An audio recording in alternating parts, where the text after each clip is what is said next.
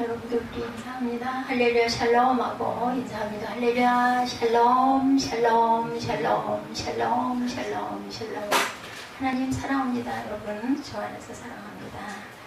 시편 18편 말씀이죠. 내가 이 말씀에 아마 은혜를 많이 받았었던 것 같아요. 18편을 선택한 거 보니까. 네, 전체적으로 18편이 굉장히 길어요. 그죠? 네, 50절 말씀까지인데 6절, 오늘은 1절에서 6절까지인데 전체 18편 한번 훑어보고 가죠.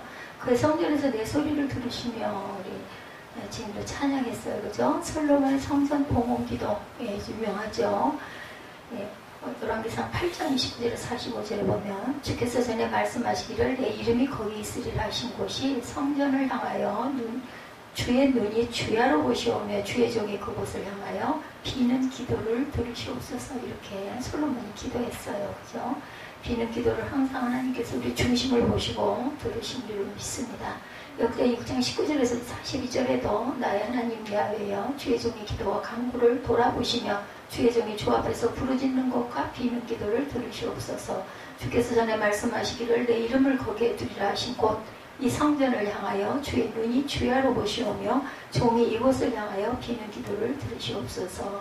응답이 있었죠. 역대 7장 16절에 그곳에 하는 기도에 내가 눈을 들고 귀를 기울이니 이는 내가 이미 이 성전을 택하고 거룩하게 하여 내 이름을 여기에 영원히 있게 하였습니다. 내 눈과 내 마음이 항상 여기 있으리라. 이렇게 대답을 하십니다. 여러분들 그룹이라는 거 아시죠? 10절에 보면은 그룹의 이야기가 나오고 있죠. 그룹을 타고 다니시며 바람 날개를 타고 높이 솟아오르셨도다 말씀합니다. 날개 달린 천사를 가리키는 말로 하나님을 경배하고 찬양하는 일과 관련해서 사용을 하죠. 내 의를 따라 상을 주신다 20절에 나와 있어요. 여호와께서 내 의를 따라 상 주신다 내 손을 깨끗함을 따라 내게 갚으셨다. 네, 이렇게 말씀합니다. 여기서 의인은 야훼의 도를 지키고 자 악하게 하나님을 떠나지 않는 것 그것을 얘기합니다. 21절에 답이 나오죠. 이는 내가 야훼의 도를 지키고 악하게 내 하나님을 떠나지 아니하였으며 그의 모든 규례가 내 앞에 있고 내게서 그의 율례를 버리지 아니하였습니다. 이럴 때 하나님께서 우리에게 상을 주신다라는 거죠. 말씀을 지킬 때 상과 복을 주신다. 신명기 28장 1절에서 14절이죠. 잘 아시죠? 저주의 말씀은 엄청 깁니다. 축복은 1절부터 14절까지죠. 마태복음 5장 6절 의에 줄이고 목마른 자는 복이 있나니 그들이 배부를 것이다. 예, 여호와의 도, 예, 창조의 목적이고 택한 목적이 바로 21절 여호와의 도를 지키고 이거는 규례를 얘기합니다. 쉽게 말하죠. 예, 이렇게 말씀하고 있습니다. 자비로운 자에게는 사악한 자에게는 주의 거스름을 보이시리니 25, 6절에 증거합니다. 자비로운 자에게는 주의 자비로우심을 나타내시며 완전한 자에게는 주의 완전하심을 보이며 깨끗한 자에게는 주의 깨끗하심을 보이시며 사악한 자에게는 주의 거스름을 보이신다. 그래서 27절에 주께서 공고한 백성을 구원하시고 교만한 눈을 낮추신다고 말씀하세요. 우리가 하나님 앞에는 절대로 겸손해야 합니다. 주께서 나의 등불을 켜셨고 나의 내 하나님 내 흑암을 밝히시리다. 내가 주를 의뢰하고 적군을 향해 달리는 내 하나님을 의지하고 담을 뛰어넘나이다. 이렇게 말씀하고 있습니다.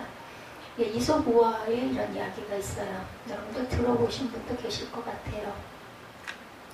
밀림의 왕이 사자가 시원한 그늘 안에서 낮잠을 자고 있었습니다. 그때 사자 곁을 지나가던 모기 한 마리가 배가 고파서 사자를 공격하기로 마음을 먹었어요. 그리고는 사자의 가장 민감한 부분은 어디겠어요? 예, 콧과 눈동이와 귀를 사정없이 쏘아댑니다. 처음에는 대수롭지 않게 생각하던 사자가 모기가 자신을 너무나 괴롭히니까 그 괴로워요. 조그만한 여기도 꽃나무들이 있어서 그런지 아주 눈에 보이지도 않게 조그만 게 막 날아다니면서 냄새나는 부위로 달겨드는 것 같아.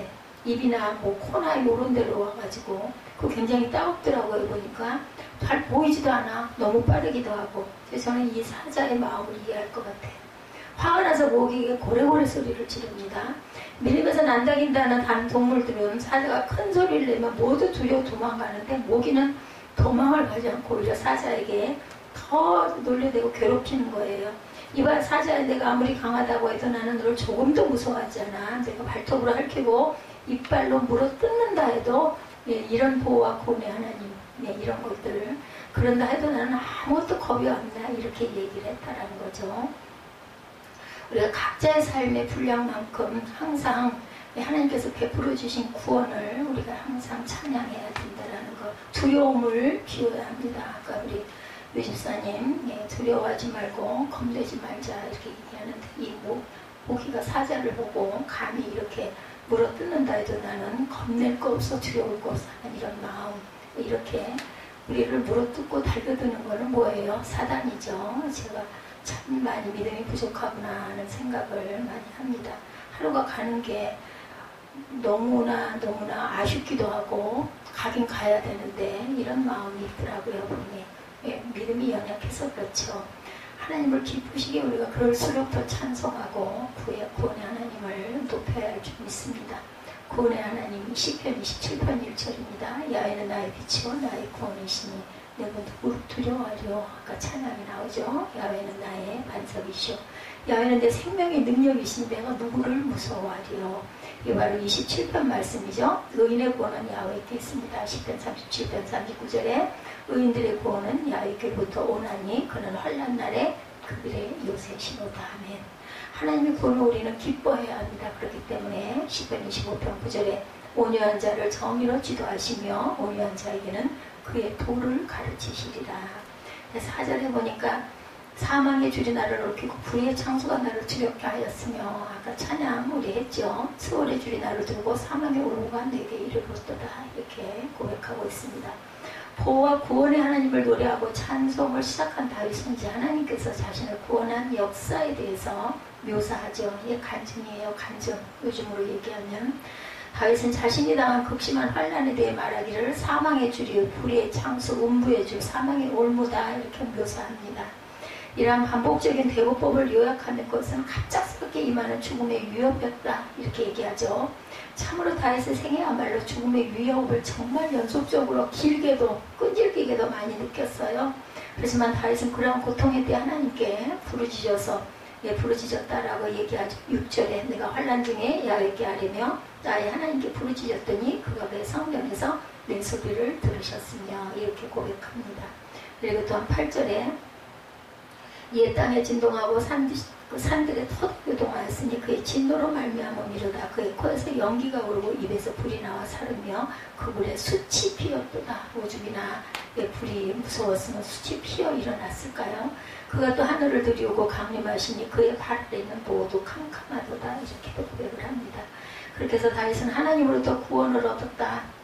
그리고 보호와 구원의 하나님이 바로 자신의 하나님이었다 이렇게 묘사합니다. 이 부분에서도 다윗은 하나님께서 바로 자신을 구원해 주셨다라는 뜻으로 나를이라는 목적격을 반복적으로 사용하고 있어요. 제가 아까 찬양했죠. 내가 승리하리라. 제 마음이었습니다. 그래서 오늘은 눈에 그런 찬송만 많이 띄더라고요. 이렇게 하나님의 구원은 1차적으로 우리의 것, 우리 스스로들의 것이라는 것, 그 1차적인 개인적인 것. 홍해를 건넌 후에 하나님을 찬양하죠. 출애굽기 15장 1절에서 2절에 보면 모세와 이스라엘 자손이 이 노래로 야훼께 노래하니 일렀을 때 내가 야훼를 찬송하리니 그는 높고 영화로우시며 말과 그 탄자를 바다에 던지셨습니다. 이렇게 고백합니다. 야훼는 나의 힘이여 노리시며 나의 구원이시로다. 그런 나의 하나님이시 내가 그를 찬송할 것이요 내 아버지 하나님이시 내가 그를 높이리라. 출애굽기 10장 2절에 이렇게 말씀하죠. 구원을 위해서 임하신 그리스도를 또한 우리는 찬송합니다. 너무 잘하는 말씀이죠. 누가복음 2장 14절 지극히 높은 곳에서는 하나님께 영광이요 땅에서는 하나님의 기뻐하시는 사람들 중에 평화로다 하니라. 크리스마스도 또 금방 눈 깜짝할 사이에 다가올 것입니다. 구원주 예수를 본 시몬의 찬양이죠. 누가복음 2장 29절 32절에 주제의 의제는 말씀하신 대로 종을 평안히 놓아주시는도다. 내 눈이 주의 구원을 보았사오니 이는 만민 앞에 예비하신 것이요 이방을 비추는 빛이요 주의 백성 이스라엘의 영광이니라 하니 그의 부모가 그에 대한 말들을 놀랍게 여기더라. 이렇게 증거하고 있습니다. 구원하신 하나님께 대한 우리의 태도는 과연 어떻게 해야 될까? 계속해서 다윗은 자신을 구원하신 하나님을 향한 자신의 성실한 노력에 대해서 기록하고 있죠. 하나님께서는 성도들의 의로운 행실을 따라 갚아주시는 분이기 때문에 하나님의 말씀에 순종하고 정직하게 의를 행하려고 하여야 한다. 우리 10절 하반절 볼까 11절부터 볼까요? 그가 그감을 그의 숨은 곳으로 삼사 장막같이 자기를 두르게 하시며 곤물이 흑암과 공중의 빽빽한 구름으로 그리하신다. 그 앞에 광채로 말미암아 빽빽한 구름이 지나며 우박과 숯불이 내리로다. 여호와께서 하늘에서 우레소리를 내시고 지존하시니가 음성을 내시며 우박과 숯불을 내리시는도다. 그의 화살을 날려 그들을 흩으시며 많은 번개로 그들을 깨뜨리셨도다. 이럴 때 야훼의 꾸준함과 콧김으로 말미암아 물밑이 드러나고 세상에 터가 나타났도다. 그의 높은 곳에서 손을 펴사 나를 붙잡아 주시며 많은 물에서 나를 건져내셨도다. 나를 강한 원수와 미워하는 자에게서 건지셨으며 그들은 나보다 힘이 세기 때문이로다. 그들이 나의 재앙의 날에 내게 이르렀으나 야훼께서 나의 의지가 되셨도다. 아멘. 여호와께서 항상 우리의 의지가 되어주신 줄로 믿습니다. 이렇게 하나님의 뜻을 쫓아 행하는 성도들에게 하나님은 마땅히 응답하시고 호응하시는 하나님. 곧 자비한 자에게는 주의 자비하심을 나타내고 완전한 자에게는 주의 완전하심을 나타내고 깨끗한 자에게는 주의 깨끗하심을 나타낸다. 25절에 그렇게 말씀하죠. 22절부터 봅니다. 그의 모든 규례가 내 앞에 있고 내게서 그의 율례를 버리지 아니하였음이로다. 또한 나는 그의 앞에 완전하여 나의 죄악에서 스스로 자신을 지켰나니 그러므로 야훼께서 내 의를 따라 갚으시되 그의 목전에서 내 손이 깨끗한 만큼 내게 갚으셨도다. 그의 목전이 어딜까요? 자비로운 자에게는 주의 자비로우심을 나타내시며 완전한 자에게는 주의 완전하심을 보이시며 깨끗한 자에게는 주의 깨끗하심을 보이시며 사악한 자에게는 주의 거스리심을 보이시리니 주께서 공고한 백성을 구원하시고 교만한 눈은 낮추시리다. 그래서 우리는 늘 겸손해야 되죠. 하나님은 구원을 기뻐해야 한다라고 하나님의 구원을 우리는 기뻐해야 합니다. 사무엘상 2장 1절이죠. 한나가 기도하여 이르되 내 마음이 이 아이로 말미암아 즐거워하며 내 뿔이 아이로 말미암아 높아졌으며 내 입이 내 원수들을 향하여 크게 열렸으니 이는 내가 주의 구원으로 말미암아 기뻐하니라. 메시아의 때를 기뻐하죠. 요한복음 8장 56절에 너희 조상 아브라함은 나이 때 볼 것을 즐거워하다가 보고 기뻐하였느니라. 메시아에 오시면 우리는 기뻐합니다. 누가복음 1장 14절에서 16절이죠. 너도 기뻐하고 즐거워할 것이요 많은 사람도 그의 태어남을 기뻐하리니 이는 그가 주 앞에 큰 자가 되며 포도주나 독한 술을 마시지 아니하며 모태로부터 성령의 충만함을 받아 이스라엘 자손을 주고 그들 하나님께로 많이 돌아오게 하겠습니다. 하나님으로 인해 기뻐해야 되죠. 하박국 3장 18절입니다. 나는 야훼로 말미암아 즐거워하며 나의 구원의 하나님으로 말미암아 기뻐하리로다. 구원자 하나님을 우리는 찬양해야 되죠. 네, 그래서 항상 우리는 구원자 하나님을 찬양해야 합니다. 44절부터 후반절 볼까요? 네. 주께서 나의 백성의 다툼에서 건지시고 여러 민족의 의tum으로 삼으셨으니 내가 알지 못하는 백성이 나를 섬기리이다. 그들이 내 소문을 들은즉 즉시로 내게 청조하며 이방인들이 내게 복종하리로다. 이방 자손들의 세상에 그 견고한 곳에서 떨며 나오리로다. 야훼는 살아계시니 나의 반석을 찬송하며 나의 구원의 하나님을 높일지라. 이 하나님이 나를 위하여 보복해 주시고 민족들이 내게 복종하게 해 주시도다. 하나님께서 우리를 높여주시고 그리고 악한 자를 보복해 주신 하나님이다. 구원자 하나님께 대해 길게 노래한 다윗은 이제 감격적으로 하나님을 찬양합니다. 오직 하나님만이 참 신이시며 능력을 가진 분이라면서 마침내 정의로운 하나님의 능력이 악한 무리를 모두 무찌를 것이다. 마치 부부는 전투 장면을 연상할 수 있을 만큼 흥분간이 감도는 시적 표현이 등장하고 있어요.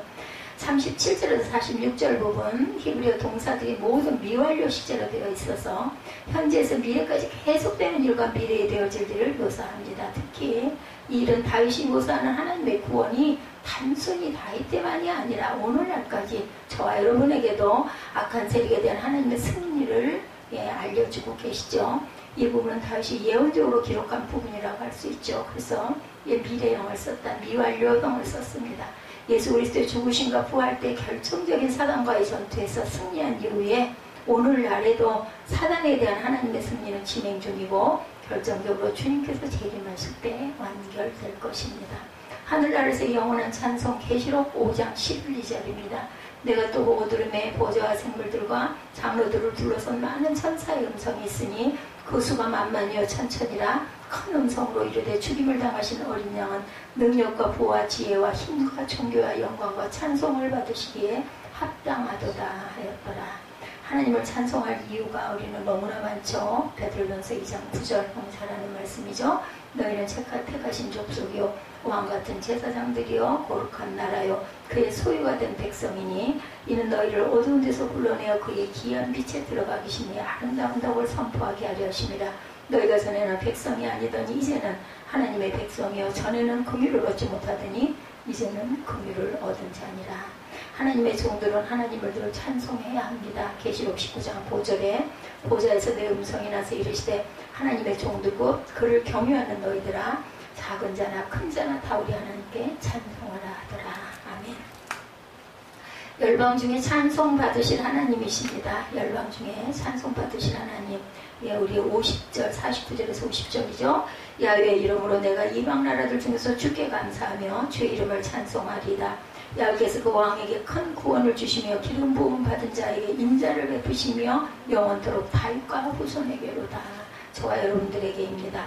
자신의 생에 함께 하시면서 구원을 베푸신 하나님을 다윗은 묘사하면서 마지막에 이방인 예배자들과 함께 하나님을 찬양한다 이렇게 묘사합니다. 주의 기름 부음 받은 자인 메시아를 기대하면서 그 메시아를 모든 열방들이 기대한다는 구원론적 결론으로 마무리를 하죠. 하나님의 구원은 세계적이고 그리스도는 이 세상을 구하기 위해 이 땅에 오신 것임을 다윗은 천명하고 있다라는 것. 하나님 찬송은 명령입니다. 시편 9장 11절입니다. 너희는 시온에 계신 야훼를 찬송하며 그의 행사를 백성 중에 선포할지어다. 모든 수많은 수단을 동원해서 찬양해야 되죠. 시편 150편 3절에서 5절입니다. 나팔소리로 찬양하며 비파와 수금으로 찬양할지어다. 소고치며 춤추어 찬양하며 현관과 현악과 청소로 찬양할지어다. 큰 소리 나는 재금으로 찬양하며 높은 소리 나는 재금으로 찬양할지어다. 호흡이 있는 자마다 야훼를 찬양할지어다. 할렐루야. 호흡이 있는 자는 모두 하나님을 찬송했다. 우리 모두는 하나님께서 찬양받으시기 위해서 예배받으시기 위해서 지으신 피조물이죠. 호흡이 있는 자마다 야훼를 찬양할지어다. 모든 육체가 하나님의 성호를 영원히 사랑해야 한다. 시편 145편 21절입니다. 내 입이 야훼의 영예를 말하며 모든 육체가 그의 거룩하신 이름을 영원히 송축할지어다. 다윗의 생애에 함께 하시고 구원과 보호와 능력을 베풀어 주신 하나님은 오늘날 우리에게도 동일하게 역사하신다는 것. 다윗이 고난의 세월을 길게 살았죠. 그만큼 하나님의 사랑도 많이 받았다는 거 잊지 맙시다. 우리가 다윗같이 우리의 삶을 통해서 하나님께 찬양을 드릴 수 있는 그런 삶을 살아내야 되겠죠. 고난스러운 대로 더욱더 하나님을 붙드시기 바랍니다. 다윗이 마지막 부분에 묘사한 대로 하나님께서는 온 세상을 향한 구원을 계획하셨고 실행하셨고 그리고 인식하고 그 구원을 전파하는 일에 우리는 또한 앞장서야 되겠다. 아까 그 사자 얘기 제가 그렇게 했어요. 그죠? 예. 그랬더니 이와 사자 내가 아무리 강하다 해도 나는 널 조금도 무서워하지 않아. 내가 발톱으로 핥히고 이빨로 물어뜯는다 해도 그래봤자 여자가 자기 남편에게 바가지를 긁는 것보다 나을 게 없을걸. 나로 말하자면 나는 너보다 몇 배는 힘이 세지. 내가 그렇게 생각하지 않는다면 나랑 한번 붙어볼래 했다는 거예요. 모기 어처구니 없는 말을 듣고 사자는 어땠을까요? 모기의 그 말을 들은 척도 하지 않고 무시하죠. 그래서 모기는 사자의 콧구멍 속으로 들어가서 아무 곳이나 마주고 물어뜯기 시작했으니까 얼마나 고통스러웠겠어요. 사자의 털이 없는 얼굴 부분도 여기저기도 물어뜯었습니다. 사자는 날카로운 발톱으로 모기를 잡으려고 발을 이리저리 휘둘러 보았지만 날아다니는 모기를 잡을 수는 없겠죠. 결국 사자는 얼굴이 퉁퉁 부은 채 모기에게 항복을 하고 말았다는 이야기입니다. 사자를 이긴 모기는 승리의 노래를 부르며 신나게 날아다녀서 어떻게 됐을까요? 그러다 불과 얼마 지나지 않아 모기는 거미줄에 걸려 꼼짝을 할 수가 없게 되었고 거미에게 잡혀먹히는 신세가 되고 말았어요. 거미에게 잡혀먹히게 된 모기가 통곡을 하며 이렇게 말했다고 합니다. 모든 동물 중에 가장 강한 사자를 이긴 내가 한낱 거미에게 잡혀먹히다니. 이 소부화는 여러 가지 동물들을 빗대어 우리가 살아가는 삶의 모습을 그려주고 있는 특징을 갖고 있죠. 예, 사자를 이긴 모기와 거미. 예, 라는 제목의 우화 역시 우리의 인생의 단면을 그려주고 있다고 생각되지 않으십니까? 우리는 힘을 가져야 세상을 살아갈 때 유익하다고 생각하지만 힘을 그리려고 굉장히 노력들을 하지만 그 힘이 단순히 육체적인 힘만을 의지하는 건 아니죠. 어떤 사람은 배움이 힘이라고 생각하고 많은 학식을 쌓으려고 합니다. 학위를 얻으려고 노력을 합니다. 또 어떤 사람은 돈이 세상에서 가장 큰 힘이라고 생각하고 돈을 버는 일에 안간힘을 쓰기도 합니다. 20세기 최고의 철학자라고 말하는 영국의 버트란트 러셀은 우리 인간이 가지는 힘을 세 종류로 구분합니다. 첫 번째는 물리적인 힘이다. 그 힘을 가진 사람들은 주로 폭력과 탄압 등으로 그 힘을 사용하려고 해요. 두 번째 힘은 경제적인 힘이다 얘기합니다. 제가 예를 들었죠. 돈에 집중하는 사람, 돈을 많이 가져 돈의 힘으로 세상을 지배하는 사람들이 이 경제적인 힘을 가진 사람들. 세 번째 힘은 정신적인 힘입니다. 정신적인 영향력을 미치는 것을 힘의 사용이라고 생각하죠. 교육과 종교의 힘이 바로 이 정신적인, 우리 그리스도인들은 영적 충만함이다 이렇게 얘기하죠. 성령 충만 받자 이런 얘기를 많이 합니다. 세상에 아름답게 돌아가기 위해서는 정신적인 힘이 세상의 가치가 되어야 한다고 저도 생각합니다. 오늘 우리가 살아가는 세상, 경제적인 힘인 돈이 가장 강력한 힘이 되었어요. 경제적인 힘 무시할 수 없습니다. 있어야 우리가 무엇도 행하고 할 수 있죠. 물론 물리적인 힘이 지배하는 세상보다 조금은 낫겠지만 돈의 힘이 지배하는 세상 역시 결코 아름다울 수만은 없습니다. 그렇다면 여러분이 원하는 힘을 가질 수 있는 기회가 주어진다면 여러분들은 어떤 힘을 가지시겠습니까? 여러분이 어떤 어려움에 처했을 때 어려운 상황을 이겨내기 위해서 가장 필요한 힘은 여러분들 무엇이라고 생각하십니까? 오늘 본문에서 대답을 하고 있죠. 다윗의 시이죠. 18편이 어느 때 지은 시인지 본문 표제에 이렇게 말씀합니다. 야훼께서 다윗을 그 모든 원수들의 손에서와 사울의 손에서 건져주신 날에 다윗이 이 노래의 말로 야훼께 아뢰어 이르되 이렇게 정리되어 있어요. 다윗은 왕이 되기 이전에 굉장히 많은 어려움, 시련을 겪죠. 어린 나이에 아버지의 심부름으로 전쟁터에 나갔다가 블레셋 장수 골리앗이 이스라엘 백성들 앞에서 하나님을 모독하는 말을 듣고 가만히 있을 수가 없어서 의분이 일어난 거죠. 그래서 달려나가죠. 예, 아주 유명한 말을 하고 있죠. 너는 창과 무기로 나를 대항하지만 나는 야훼 신으로 내가 달려간다. 하나님의 영으로 내가 싸우러 달려간다고 물맷돌 하나로 그만 급소를 명중해가지고 그리고 사실인가요? 얼마 전에 그 미이라가 발견됐다. 그 중앙에 이렇게 폐허에서 돌의 흔적이 있다라는 얘기를 제가 어디에서 봤는데 정확한 말인지 아니면 뭐 루머인지는 모르겠지만 어찌됐든 간에 군사훈련을 받아본 적이 한 번도 없던 다윗, 골리앗과 당당히 싸워서 이긴 힘 아래는 그 양떼들을 보호하려고 밤낮으로 양떼를 지켰던 그 다윗의 그 신실한 그 믿음과 사랑이 있었기 때문이다. 저는 그렇게 생각을 합니다. 그냥 어느 날 갑자기 그 마음만으로 싸워가지고 골리앗을 이길 수는 없었겠죠. 이스라엘 백성들조차 두려움에 떨 정도로 무시무시한 골리앗 장국, 거구라 그러죠. 다윗이 전혀 두려움 없이 싸우러 나가죠. 이게 바로 하나님이 주신 힘이겠죠. 제가 그 힘이 부족해서 이렇게 매일매일 하루하루 가는 게 겁이 나기도 하고 안 갈 수도 없고 정말 그런 상황인 거예요. 알아요. 알면서도 마음이 그런 건 어쩔 수가 없죠. 다윗이 그렇게 골리앗과 싸우러 갈 수 있는 용기, 목동 생활을 하면서 하나님께서 사나운 맹수로부터 자신과 양떼를 보호해 주신 경험 때문이기도 합니다. 그래서 우리가 그게 우리 여러 가지 어려움과 연단을 겪는 게 꼭이 나쁜 것만은 아니라는 것. 때로는 양떼를 지키기 위해서 사나운 맹수와 싸워야 할 때도 하나님께서는 그때마다 자신을 지켜주셨다. 의지할 곳이 어디 있었겠어요. 그 캄캄한 밤중에 하나님을 찾았기 때문에 다윗이 훌륭한 왕이 되고 이렇게 지금까지 몇천 년 후까지 우리 입에 거론이 되는 그런 다윗이 됐죠. 사나운 맹수로부터 자신을 지켜주신 하나님을 의지하고 나간다면 골리앗도 충분히 이길 수 있다고 당당하게 맞서 나가죠. 다윗이 한 10살쯤 더 든 나이였다면 과연 이럴 수 있었을까 이 생각도 들더라고요.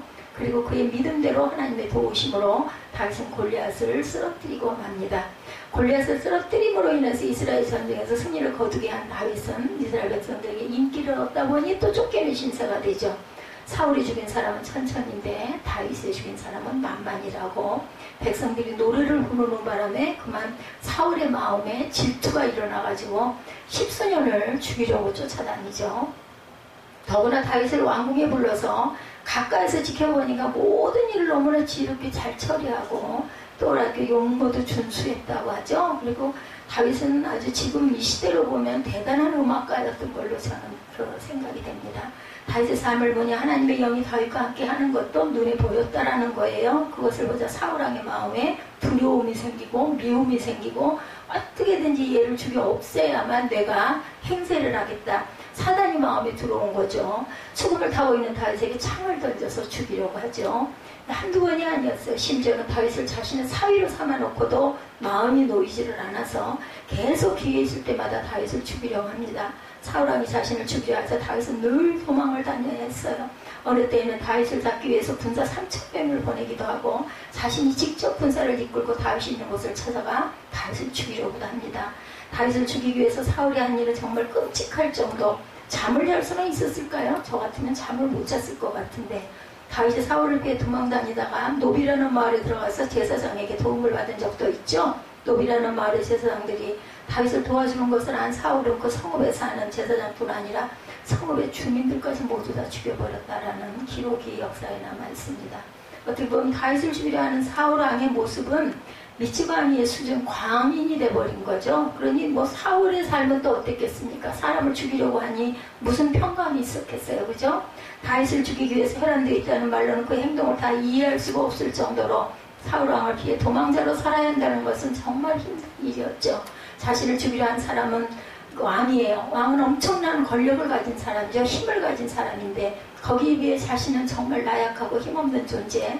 비록 왕의 사위가 되긴 했지만 사위에게 어떤 권력이나 힘이 주어지는 건 아니죠. 우리나라에도 보면 뭐 조선시대 같은 경우에도 보면은 제가 역사를 잘 알지는 못하지만 그 왕의 사위가 되면은 정치인은 못 나가요. 벌써 결실도 할 수가 없고 그저 공주와 함께 평안하게 살기만 하면 되는 겁니다. 그러니까 뭐 아무런 권력이 없는 거죠. 사울왕이 다윗을 제거하기 위한 방법으로 다윗을 사위로 삼았기 때문이죠. 그러기에 다윗이 왕의 사위가 되었다는 것은 권력이라는 힘이 주어졌다는 것을 의미하는 게 아니고 사울왕 가까이 있음으로 해서 사울왕에게 쉽게 제거될 기회가 더 많아졌다라고 보면 됩니다. 또한 다윗을 죽이려 한 사울왕가에는 왕에게 엄청난 군사력이 있었죠. 3,000명의 군사를 동원할 정도로 군사력이 많았는데도 죽지 않았어요. 하나님이 보호하시죠. 다윗에게는 많아야 600명, 600명도 대단하죠. 전혀 군사훈련을 받아보지 못하는 그런 사람들이 모여 있었죠. 오합지졸로 모인 600명의 사람들. 600여 명의 사람들은 다윗에게 힘이 되어주는 사람이 아니라 다윗이 그들을 보살펴 주어야 하는 사람들이었죠. 그러니까 다윗을 숭배해서 모인 사람들이에요. 이렇듯 자신을 죽이려 하는 사울왕에 비해 다윗이 가지고 있는 힘은 정말로 작은 거였죠. 사람이 큰 위기에 빠졌을 때 위기에서 빠져나오는 것 힘이 필요합니다. 그래서 사람들은 어려움을 겪게 되면 자신을 가지고 있는 힘을 동원해서 어려움을 극복하려고 하죠. 돈을 좀 가지고 있는 사람들은 돈의 힘을 빌어서 또 힘을 가지고 있는 권력을 가지고 있는 사람은 그것으로 체력을 가지고 있는 사람은 육체적인 힘으로 그것들을 이기려고 합니다. 어떤 사람은 자신이 가지고 있는 지혜와 지식이라는 지적인 힘을 통해 가지고 사람을 누르려고 하기도 합니다. 이러다 보면 교만이 발동이 되죠. 다윗이 사울왕에게 죽음의 위협을 느끼는 어려운 상황에서 그 상황을 이겨낼 수 있던 힘은 과연 무엇이었을까? 말씀드린 것처럼 다윗에게는 권력이라는 힘도 없었고 재물의 힘도 없었습니다. 주변에 자신을 지켜줄 수 있는 사람이 많은 것도 아니었어요. 그럼에도 다윗은 그 위기를 잘 이겨내죠. 그렇게 그 위기를 극복해낼 수 있던 힘은 하나님 아닌 다른 아닌 하나님만을 사랑한 것이었다라는 것. 오늘 본문에서 다윗은 노래하죠. 나 힘이신 야훼여 내가 주를 사랑하나이다. 다윗은 인생을 사랑하는 데 있어서 가장 큰 힘은 하나님이라고 분명하게 고백하고 있습니다. 이 세상에 존재하는 어떤 힘보다도 크신 분이 우리 아버지이신 하나님입니다. 예수 그리스도가 역사에 등장되어 있지 않다라고 얘기한 건 이단입니다. 저는 그 부분이 강하게 오네요. 가까이 하지 마시기 바랍니다. 하나님을 나의 힘으로 믿고 사는 사람에게 성경이 다 부정이 되어야 합니다. 하나님께서 친히 능력이 되어주신다라는 것, 하나님을 피난처로 삼고 사는 사람에게 하나님께서는 친히 피난처가 되어주시고, 그래서 우리는 하나님을 나의 도움으로 삼고 살아갑니다. 다윗이 그러죠. 골리앗과 싸우러 갈 때도 그랬죠. 20살도 안 된 다윗은 키 2m 70이나 넘는 거인 중에 거인 골리앗과 싸우러 갈 때도 그의 마음에는 두려움이 없었죠. 그 눈에 바라보여지는 것만 해도 놀라가지고 버들버들 떨 텐데 그런 마음도 없었던 거예요. 한 손에 막대기를 들고 다른 한 손에 물맷돌을 돌리며 골리앗과 싸우겠다고 나서자 골리앗은 어땠겠어요? 어이가 없었겠죠? 다윗을 업신여기고 막 비웃습니다. 그만큼 골리앗과 싸우라는 다윗의 모습 가운데는 골리앗을 이길 만한 어떤 힘도 없었다.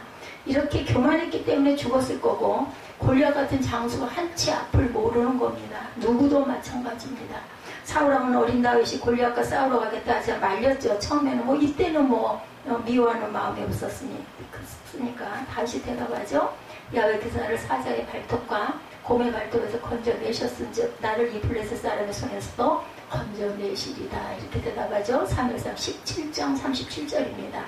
성경에 근거한 거 외의 것들은 여러분들 믿으시지 마시기 바랍니다. 어떤 사람이라도 자신의 힘을 가지고 싸우려 하는 것이 아니라 하나님의 도우심을 얻어서 하나님의 힘으로 싸우기 때문에 하나님께서 자신을 도와 이기게 하실 것이라는 확실한 믿음, 이게 가장 중요합니다.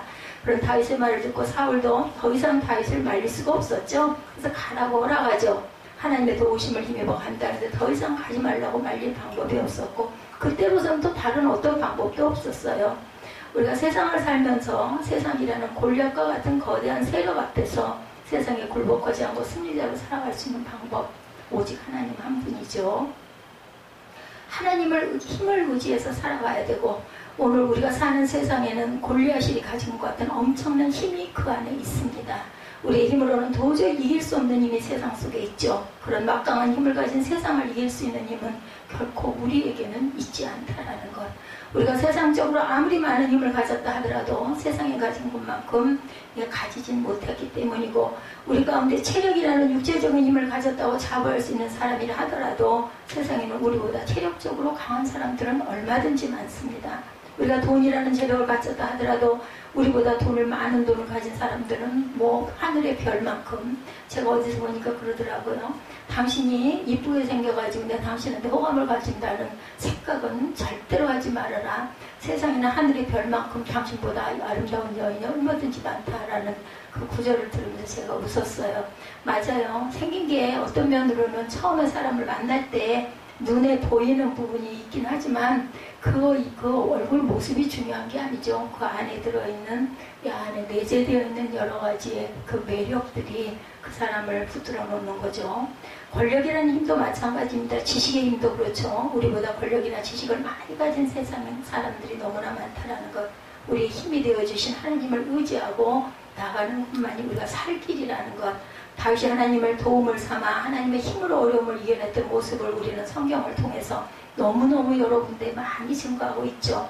여러분들 너무 잘 아는 말씀이니까 길게 말씀을 안 드리겠지만 저는 28장 말씀 속에서 엄청난 은혜를 받았습니다. 다윗이 사울왕을 피해 도망다니던 중 너무너무 힘들 때 사무엘 선지자를 찾아가죠. 사무엘 선지자는 어린 다윗에게 기름을 부어 하나님께서 사울왕 대신에 이스라엘의 왕으로 다윗을 세우셨다는 사실을 알려준 사람이기도 합니다. 그런 사무엘 선지자는 다윗에게 영적인 스승이었고 하나님의 대리인처럼 여겨졌던 사람이었기 때문에 오죽이나 답답하면 다윗이 사무엘을 찾아가죠. 다윗이 너무도 힘이 들 때 사무엘 선지자를 찾아가서 다윗의 마음에 힘을 더 북돋아주는 말을 듣고 싶죠. 도망다니는 피곤함이 또한 사라집니다. 사울이 자신을 죽일지 모른다는 두려움도 사라집니다. 사무엘 선지자를 만나는 순간 하나님께서 당신의 계획을 이루어 가시기 위해서 자신을 지켜주실 것을 확신할 수 있었기 때문이죠. 그래서 다윗은 사무엘 선지자를 찾아갔고 사무엘 선지자가 죽은 후에는 이스라엘 땅에 머물지 못하고 바람과 광야로 몸을 피했다가 결국 블레셋 땅으로 들어가죠. 그만큼 다윗 왕에게 사무엘 선지자는 하나님의 품과 같은 사람이었습니다.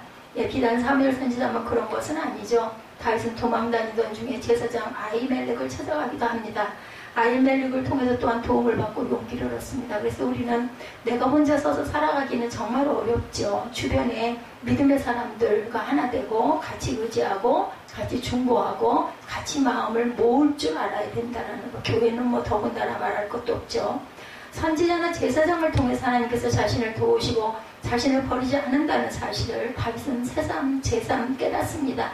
이런 믿음이 다윗을 하여금 힘이 들 때 그것을 이기게 만든 원동력이 되기도 하죠. 보이지 않으시는 하나님을 의지한다는 것 여러분들 쉽지 않죠. 그래서 우리 인간은 뭔가 눈에 보이는 걸 자꾸 찾게 됩니다.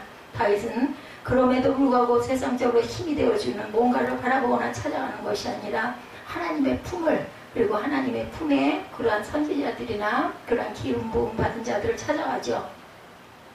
하나님의 사람인 선지자를 찾아가고 하나님의 사역을 감당하는 제사장을 찾아갑니다. 거기서 하나님의 도우시는 손길을 또한 경험합니다. 우리가 힘이 들 때 하나님을 찾으시고 하나님이 우리 힘이시기 때문이라는 것을 깨달으시고, 여러분들 지금 선지자나 무슨 제사장이 안 계세요. 그죠? 예수께 기도하고 찬양하는 힘으로 여러분들 이겨나가시기 바랍니다. 하나님께로 가까이 가는 방법 가운데 하나가 하나님이 계시는 교회이죠. 예배당입니다. 제가 어린 날은 다 예배당이라고 그랬어요. 지금은 예배당이라고 하면 옛날 얘기 같지만 교회이긴 하지만, 예배당에 나와서 하나님께 예배하고 하나님을 찬양하고 하나님께 도우심을 간구하고, 그러면 하나님께서 우리를 만나주시고 우리에게 세상을 이길 힘 주신다라는 것. 혹시 여러분은 개블랄티라는 약 기억하십니까? 미국의 한 제약회사가 만든 종합 비타민입니다. 1982년 우리나라의 한 제약회사가 수입해서 우리나라에도 많이 판매된 약인데, 그 게브랄이라는 말은 하나님의 힘을 뜻하는 게브라라는 말에서 따온 말인데, 그 게브라라는 말은요, 공의를 이루시는 하나님의 힘을 나타낼 때 쓰는 단어라고 하네요. 하나님께서 우리에게 힘이 되어주시는데 무조건 힘을 주시는 것이 아니고 하나님의 공의를 이루어가는 삶을 살기 위해서 우리에게 게브라, 하나님의 힘을 공급해 주신다라는 것. 하나님의 나라를 이룩하고 가기 원하는 자녀들에게 구할 때 이렇게 게브라를 주신다는 거 잊지 마십시다. 여러분들 이름은 상당히 중요합니다. 그 이름을 자꾸 부를 때 게브라 게브라 게브라 하고 수천 번 불러대면 그 하나님의 힘이 어디로 가겠습니까? 부르고 사모하는 사람에게 가지 않겠습니까? 우리가 죄를 짓거나 잘못된 길로 갈 때도 하나님께서는 우리에게 힘을 주시는 야훼 하나님은 나의 힘이시고 도움이시고 피난처시다. 찬양이라도 열심히 들으시기 바랍니다. 부르기 힘들 때는 우리가 바른 삶을 살기 위해서 몸부림칠 때, 하나님의 뜻을 이루는 거룩한 삶을 살기 위해서 안간힘을 쓸 때 하나님께서는 우리에게 힘을 공급해 주신다는 것. 우리가 청하지 않고 구하지 않고 영접하지 않고 사모하지 않고 다가오는 건 없어요. 세상에 어떤 길을 가는 것도 마찬가지죠. 무엇을 이름도 마찬가지입니다. 그 하나님의 힘을 내 것으로 삼을 수 있는 비결, 그것은 하나님을 사랑하는 것이죠. 내 하나님을 사랑하라, 그리고 내 이웃을 사랑하라. 예수께서 두 계명으로 지각해서 주고 가셨어요. 잊지 마시기 바랍니다. 오늘 본문에서 다윗은 나의 힘이신 야훼여 내가 주를 사랑하나이다. 아멘. 다윗이 그렇게 힘든 삶의 여정에서 하나님의 도우시는 힘을 덧입을 수 있었던 이유, 하나님을 사랑했기 때문이라는 것. 하나님께서는 하나님을 사모하는 사람에게 힘을 주시고 하나님을 사랑하는 사람에게 세상을 이길 힘을 주신다는 거 잊지 마십시오. 세상에서 가장 무서운 힘이 있다면 그것은 사랑의 힘이죠. 사랑보다 더 강한 힘은 없습니다. 사람 변하는 거 보세요. 그죠? 사랑하기 때문에 변하는 거죠. 내가 사랑하는 대상이 무엇이냐에 따라서 그것으로부터 어마어마한 시너지를 얻게 됩니다. 총각이 아가씨를 사랑하면 그 아가씨를 바라만 봐도 힘이 생기죠. 그 아가씨가 나를 사랑한다면 그 아가씨를 생각만 해도 세상을 다 가진 것처럼, 그래서 눈꺼풀이 콩꺼풀이 씌어졌다라는 얘기를 합니다. 그것이 바로 사랑의 위대한 힘입니다. 만약 돈을 사랑하면 그 돈에서 힘을 얻죠. 그 돈을 벌기 위해서는 물불을 가리지 않고 돈이 생기면 더 힘이 나서 더 모으고 먹지도 못하고 쓰지도 못하고 벽에다 발라놓고 구들장 속에다 감춰놓고 결국은 돌아가요. 그럴지라도 그걸 벌 때는 얼마나 큰 힘이 났겠습니까? 우리는 어리석은 인생이네 하지만 어찌됐든 간에 그 돈을 사랑함으로 인하여 돈에 그냥 집중을 하는 것처럼 우리가 세상을 살아가면서 가장 사랑해야 할 대상은 바로 하나님이시라는 것. 이렇게 다 해놓고는 하나도 못 누리고 돌아가는 것보다는 힘을 받아가지고 우리가 잘 살고 영적으로 충만한 게 좋지 않겠습니까? 하나님을 사랑하는 사람은 하나님으로부터 엄청난 힘을 얻는다는 것. 골리앗 앞에선 다윗처럼 어떤 막강한 힘 앞에도 두렵지 않은 힘을 얻게 되고, 하나님께서는 당신을 사랑하는 그에게 힘 주신다는 것. 하나님은 우리를 사랑하십니다. 하나님께서는 우리에게 모든 것을 아낌없이 주시기를 원하시죠. 그 하나님은 바로 사랑 자체이시기 때문이다. 이렇게 얘기합니다. 하나님께서 우리 힘이 되어주시기 때문에 어떤 어려움이나 고난 앞에서도 두려워하지 않고 담대하게 싸워 이겨나갈 수 있다는 것.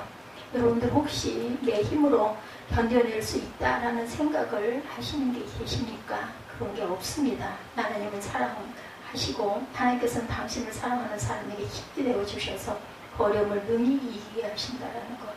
깊은 인생의 수렁에 빠져 길이 보이지 않고 답답한 사람들, 예, 우리는 하나님 앞에 나와 하나님 제가 주를 사랑합니다 라고 고백하시기 바랍니다.